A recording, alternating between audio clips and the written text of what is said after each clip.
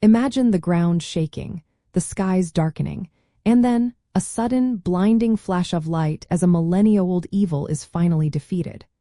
When the One Ring plunged into the fiery chasm of Mount Doom, a crucial question often arises for many. Did Sauron's dark power immediately vanish into thin air? No, Sauron's dark power did not immediately vanish in its entirety.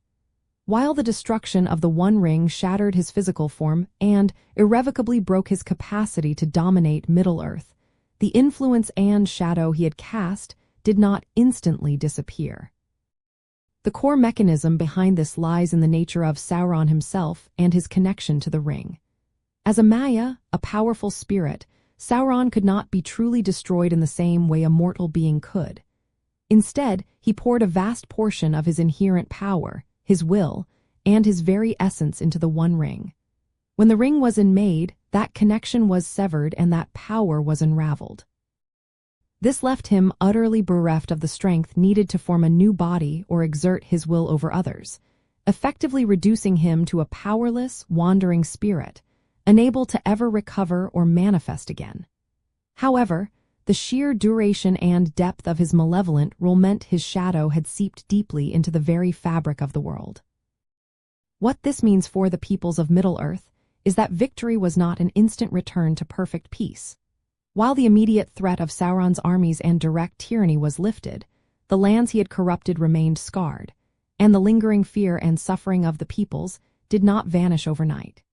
There was still a tremendous amount of healing and rebuilding to be done, both physically across the devastated lands and emotionally within the hearts of those who had endured his reign.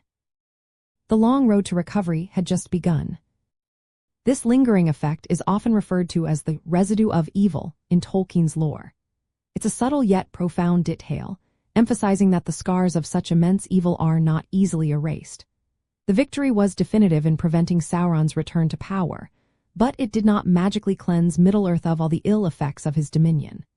It required the continued effort and vigilance of the free peoples to restore order and nurture a new age of peace and growth.